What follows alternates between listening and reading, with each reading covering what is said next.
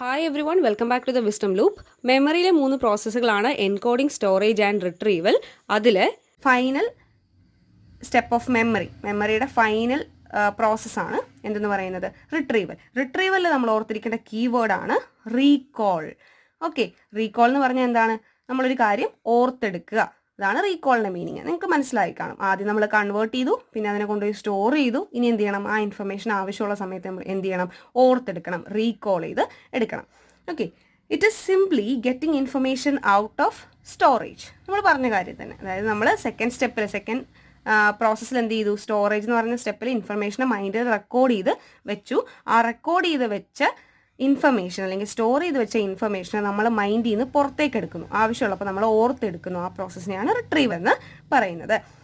Or നമുക്ക് പറയാം, it means recalling the already stored information when it is necessary. Okay, അതായത് നമ്മൾ പറഞ്ഞ പോലെ തന്നെ നമ്മൾ നേരത്തെ സ്റ്റോർ ചെയ്ത് വെച്ച ബ്രെയിനിൽ അല്ലെങ്കിൽ മൈൻഡിൽ സ്റ്റോർ ചെയ്ത് വെച്ച ഇൻഫർമേഷൻ, ഓക്കെ, മൈൻഡിൽ അല്ലെങ്കിൽ ബ്രെയിനിൽ സ്റ്റോർ ചെയ്ത് വെച്ച ഇൻഫർമേഷൻ ആവശ്യമുള്ള സമയത്ത് നമ്മൾ എന്ത് ചെയ്യുന്നു? റീകോൾ ചെയ്യുന്നു, ഓർത്ത് എടുക്കുന്നു. Differences exist between short term memory and long term memory. നമ്മൾ പറഞ്ഞായിരുന്നല്ലോ, ആ സ്റ്റോറേജ് എന്ന് പറയുന്ന സ്റ്റെപ്പിൽ ഈ 3 തരത്തിലായിരിക്കും മെമ്മറിയെ സ്റ്റോർ ചെയ്യുന്നത്. സെൻസറി മെമ്മറി ആകാം, ഷോർട്ട് ടേം മെമ്മറി ആകാം, ലോങ് ടേം മെമ്മറി ആകാം. അതിൽ ഈ ലോങ് ടേം മെമ്മറിയും ഷോർട്ട് ടേം മെമ്മറിയും തമ്മിൽ നല്ല രീതിയിലുള്ള എന്തുണ്ട്? വ്യത്യാസം ഉണ്ട്. സെൻസറി മെമ്മറിയുടെ കാര്യം പറയാത്തത്, സെൻസറി മെമ്മറി ഭയങ്കര ഷോർട്ടായിട്ടുള്ള മെമ്മറിയാണ്, ഷോർട്ടസ്റ്റ് മെമ്മറിയാണ്. അതുകൊണ്ടാണ് അതിൻ്റെ കാര്യം എടുത്ത് പറയാത്തത്. ഇനി എന്താണ് ഇവർ തമ്മിലുള്ള വ്യത്യാസം നോക്കാം. ഇതാണ് ഡിഫറൻസ്. ഷോർട്ട് ടേം മെമ്മറി, അതിനെ തന്നെയാണ് STM എന്ന് എഴുതിയിരിക്കുന്നത്. Long term memory LTM. Okay, അപ്പോൾ short term memory is stored and retrieved sequentially.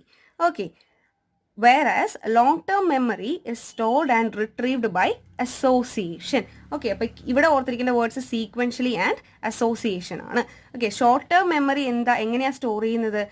ഭയങ്കര സീക്വൻഷ്യലായിട്ട് നമ്മൾ കാര്യങ്ങൾ തുടർച്ചയായി ഓർത്തിരിക്കാൻ ശ്രമിക്കുക. അതായത് കണ്ടിന്യൂസ് ആയിട്ട് സ്റ്റെപ്പ് ബൈ സ്റ്റെപ്പായിട്ടായിരിക്കും ഓർത്തിരിക്കുന്ന പാകത്തിലായിരിക്കും നമ്മുടെ ബ്രെയിനിലേക്ക് സ്റ്റോർ ചെയ്ത് വെക്കുന്നത്.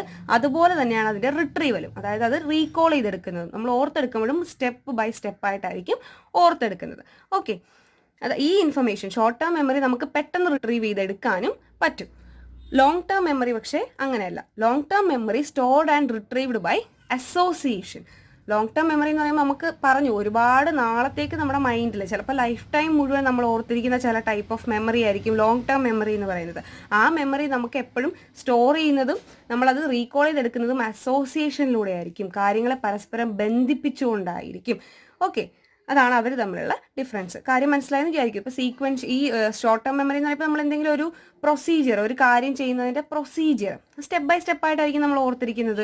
അതുപോലെ തന്നെ റിട്രീവ് ചെയ്യുമ്പോൾ നമ്മളത് സ്റ്റെപ്പ് ബൈ സ്റ്റെപ്പായിട്ടായിരിക്കും ചെയ്യേണ്ട കാര്യം ഓർത്തെടുക്കുന്നത്. ലോങ് ടേം മെമ്മറി അങ്ങനെയല്ല. നമ്മൾ തമ്മിൽ കണക്ട് ചെയ്ത് നമ്മുടെ ജീവിതത്തിൽ എന്തെങ്കിലും ഇവൻറ്റ്സ്, അങ്ങനെയുള്ള കാര്യങ്ങൾ, നമ്മൾ ബന്ധുക്കളുടെ കാര്യങ്ങൾ, നമ്മുടെ ഫാമിലിയുടെ ഉള്ളിലെ കാര്യങ്ങൾ, നമ്മുടെ മെമ്മറീസ്, ഓക്കെ, അതൊക്കെ നമ്മൾ അസോസിയേറ്റ് ചെയ്തിട്ടാണ് ഓർത്തിരിക്കുക. അതാണ് ലോങ് ടേം മെമ്മറി. ഇതാണ് ഇവർ തമ്മിൽ രണ്ടുപേര് തമ്മിലുള്ള സ്റ്റോറേജിലുള്ള വ്യത്യാസം. ഓക്കെ, അപ്പോൾ ഷോർട്ട് ടേം മെമ്മറി ഞാൻ പറഞ്ഞതുപോലെ ചിലപ്പം റിട്രീവ് ചെയ്യാൻ എളുപ്പമാണ്, ക്വിക്ക്ലി റിട്രീവ് ചെയ്തെടുക്കാൻ നമുക്ക് പറ്റും. പക്ഷേ ലോങ് ടേം മെമ്മറി ചിലതൊക്കെ നമുക്ക് വേഗത്തിൽ ഓർത്തെടുക്കാൻ സാധിക്കും. ചില കാര്യങ്ങൾ കുറച്ച് ഡിഫിക്കൽട്ടായിരിക്കും. ഓർത്തെടുക്കും, പക്ഷേ കുറച്ച് ഡിഫിക്കൽട്ട് ആയിട്ട് വന്നേക്കാം ചില മെമ്മറീസ്, അല്ലെങ്കിൽ ചില ഇൻഫർമേഷൻ സ്റ്റോർ ചെയ്ത് വെച്ചിരിക്കുന്നത് റിട്രീവ് ചെയ്യുമ്പോൾ നമുക്ക് കുറച്ച് ഡിഫിക്കൽട്ടീസ് ഉണ്ടാവാം. ഓക്കെ, കാരണം അത് പ്രോപ്പറായിട്ട് സ്റ്റോർ ചെയ്യാത്തത് കൊണ്ടാവാം. Okay, proper organisation of information in the mind facilitates retrieval. ഇപ്പോൾ പറഞ്ഞ കാര്യം തന്നെ. അതായത് നമ്മൾ ഇൻഫർമേഷനെ ബ്രെയിനിലേക്ക് എൻകോഡ് ചെയ്യുമ്പോഴും സ്റ്റോർ ചെയ്ത് വെക്കുമ്പോഴും ഒക്കെ അതിനൊരു പ്രോപ്പർ ഓർഗനൈസേഷൻ മസ്റ്റാണ്. ആ പ്രോപ്പർ ആയിട്ടുള്ള ഓർഗനൈസേഷൻ ഉണ്ടെങ്കിൽ റിട്രീവൽ എളുപ്പമാകും. റിട്രീവൽ എന്ന് പറഞ്ഞാൽ നമ്മൾ ഓർത്തെടുക്കുന്നത്, റീകോളിംഗ് എളുപ്പമാകും. ഇനി പ്രോപ്പറായിട്ടുള്ള ഓർഗനൈസേഷൻ ഇല്ല എന്നുണ്ടെങ്കിൽ, എവിടെയെങ്കിലും ഒരു മിസ്സിങ് വന്നിട്ടുണ്ട് ഈ പറയുന്ന ഇൻഫർമേഷൻ സ്റ്റോർ ചെയ്യുന്ന സമയത്ത്, നമ്മളൊരു കാര്യം മനസ്സിലായില്ല, അത് പോട്ടെ എന്ന് പറഞ്ഞിട്ട് അടുത്ത സ്റ്റെപ്പാണ് ഓർത്ത് വെച്ചതെങ്കിൽ ആ ഒരു റിട്രീവലും കുറച്ച് പാടായിരിക്കും നമുക്ക്. അതുകൊണ്ടാണ് പഠിക്കുമ്പോഴൊക്കെ നമ്മൾ എല്ലാ കാര്യവും കാണാതെ പഠിക്കാതെ മനസ്സിലാക്കി പഠിക്കണം എന്ന് പറയുന്നത്. കാണാതെ പഠിക്കുമ്പോൾ നമ്മൾ ആ സെൻറ്റൻസസ് പറഞ്ഞ് നമ്മുടെ തലയ്ക്കകത്ത് ഇങ്ങനെ കയറ്റി വെക്കുകയാണ്. അതുകൊണ്ട് തന്നെ അത് നമുക്ക് മറന്നു പോകാനുള്ള ചാൻസ് കൂടുതലാണ്. പക്ഷെ കാര്യം മനസ്സിലാക്കിയാണ് പഠിക്കുന്നതെങ്കിൽ നമുക്കത് മറന്നു പോവില്ല. നമ്മുടേതായ സെൻറ്റൻസിലാണെങ്കിലും നമുക്കതിനെ എന്ത് ചെയ്യാം? വീണ്ടും ഓർത്തെടുക്കാനും എഴുതിയെടുക്കാനും ഒക്കെ സാധിക്കും. ഇപ്പോൾ ഞാൻ നേരത്തെ പറഞ്ഞതുപോലെ ഹാർട്ടിൻ്റെ ഫംഗ്ഷനിങ് ഒരാൾ പഠിക്കുന്നു. ഒരാൾ ബുക്കിൽ എഴുതി തന്നിരിക്കുന്ന 10 സെൻറ്റൻസ് ഒരു കുട്ടി കാണാതെ പഠിക്കുകയാണ്. അപ്പോൾ അവനത് സൗണ്ടായിട്ട് സ്റ്റോർ ചെയ്യുന്നുണ്ട്. കുറച്ച് നാളത്തേക്ക് ഉറപ്പായിട്ട് അവനത് ഓർമ്മ കാണും. കാരണം അവൻ കുറേ വട്ടം പറഞ്ഞ് കാണാതെ പഠിച്ചു വെച്ചതാണ്. പക്ഷെ വർഷങ്ങൾ കഴിയുമ്പോൾ അവനോട് ആ കാര്യം ചോദിച്ചാൽ ചിലപ്പോൾ അത് ഓർമ്മ കാണില്ല. പക്ഷേ വേറൊരാൾ ആ ഫംഗ്ഷനിങ് മനസ്സിലാക്കി, എനിക്ക് ഈ പറഞ്ഞ പോലെ എനിക്ക് ഹാർട്ടുണ്ട്, എൻ്റെ വീട്ടിലുള്ളവർക്കൊക്കെ ഹാർട്ടുണ്ട്, അതെങ്ങനെയാണ് വർക്ക് ചെയ്യുന്നതെന്നൊക്കെ കൃത്യമായിട്ട് ഡീപ്പായിട്ട് കുറച്ചുകൂടെ മനസ്സിലാക്കിയാണ് പഠിക്കുന്നതെങ്കിൽ അവനെ ചിലപ്പോൾ ആ ടീച്ചർ എഴുതി കൊടുത്ത 10 സെൻറ്റൻസ് അതേപോലെ പറയാൻ അറിയില്ലായിരിക്കും. പക്ഷേ കാര്യം അവൻ മനസ്സിലാക്കി വെച്ചിട്ടുണ്ട്. അപ്പോൾ അവൻ്റെതായ രീതിയിൽ അവൻ്റെതായ വാക്കുകളിലോ വാക്യങ്ങളിലോ ഒക്കെ അവനത് എന്ത് ചെയ്യാൻ പറ്റും, ഓർത്തെടുത്ത് പുറത്തേക്ക് കൊണ്ടുവരാനായിട്ട് സാധിക്കും. So proper organisation of information എത്രത്തോളം കൂടുതലുണ്ടോ റിട്രീവൽ റേറ്റും അല്ലെങ്കിൽ റിട്രീവ് ചെയ്യാനുള്ള ചാൻസസും കൂടുതലായിരിക്കും.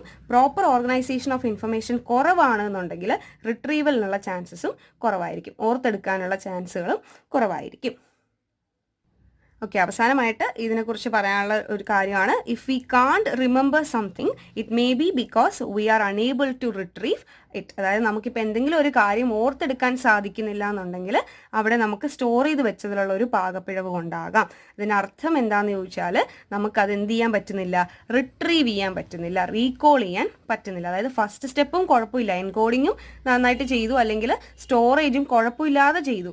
പെർഫെക്റ്റ് ആയിട്ട് ചെയ്തിരുന്നെങ്കിൽ നമുക്ക് എന്ത് ചെയ്യായിരുന്നു, പെർഫെക്റ്റ് ആയിട്ട് അത് റീകോൾ ചെയ്തെടുക്കാമായിരുന്നു. പക്ഷേ എവിടെയോ ഒരു ചെറിയ മിസ്റ്റേക്ക് പറ്റുന്നതുകൊണ്ടാണ്, സ്റ്റോറേജിലോ എൻകോഡിങ്ങിലോ ഒരു ചെറിയ മിസ്റ്റേക്ക് പറ്റുന്നതുകൊണ്ടാണ് എന്ത് ചെയ്യാൻ പറ്റാത്തത്, അതിനെ റിട്രീവ് ചെയ്തെടുക്കാൻ പറ്റുന്നത്. അപ്പോൾ മെമ്മറി ലോസ് ഒക്കെ അല്ലെങ്കിൽ മറന്നുപോയി, മെമ്മറി ലോസ് എല്ലാം നമ്മൾ മറന്നുപോയി ഒരു കാര്യം എന്നൊക്കെ പറയുമ്പോൾ ശരിക്കും അതിൻ്റെ പിന്നിലുള്ള യഥാർത്ഥമായിട്ടുള്ള ഫാക്ട് ഇതാണ്. ഓക്കെ, ആ 3 സ്റ്റെപ്പിൽ എവിടെയോ 2 സ്റ്റെപ്പുകളിൽ എവിടെയോ ഒരു പ്രശ്നം പറ്റിയിട്ടുണ്ട്. കാരണം 3ാമത്തെ സ്റ്റെപ്പാണ് എന്ത്, റിട്രീവൽ. ഓക്കെ, അപ്പോൾ ഈ പറഞ്ഞിരിക്കുന്ന പോലെ എഴുതിയിരിക്കുന്ന പോലെ നമ്മൾ ഇൻഫർമേഷൻ സ്റ്റോർ ചെയ്തിട്ടുണ്ടാവാം, പക്ഷേ റിട്രീവ് ചെയ്യാനായിട്ട് സാധിച്ചു എന്ന് വരത്തില്ല. അതെന്താണ്, സ്റ്റോർ ചെയ്തതിൽ അല്ലെങ്കിൽ നമുക്ക് ഓർത്തെടുക്കാൻ പാകത്തിന് സ്റ്റോർ ചെയ്ത് വെക്കണമല്ലോ, അവിടെ പറ്റിയ എന്തോ ഒരു മിസ്റ്റേക്ക് ആവാം. ഓക്കെ, അപ്പോൾ ഞാൻ ആദ്യം പറഞ്ഞ കീവേഡ്സ് ഒന്നുകൂടെ ഓർമ്മപ്പെടുത്തുകയാണ്. എൻകോഡിങ്ങിൽ ഓർത്തിരിക്കേണ്ട കീവേഡ് ഫോം ഓർ കൺവേർഷൻ, സ്റ്റോറേജിൽ ഓർത്തിരിക്കേണ്ട കീവേഡ് റെക്കോർഡ്, റിട്രീവലിൽ ഓർത്തിരിക്കേണ്ട കീവേഡ് റീകോൾ. ഓക്കെ, നേരത്തെ പറഞ്ഞതുപോലെ ഒന്നുകൂടെ ആ പോയിന്റ് ഓർമ്മിപ്പിക്കുകയാണ്.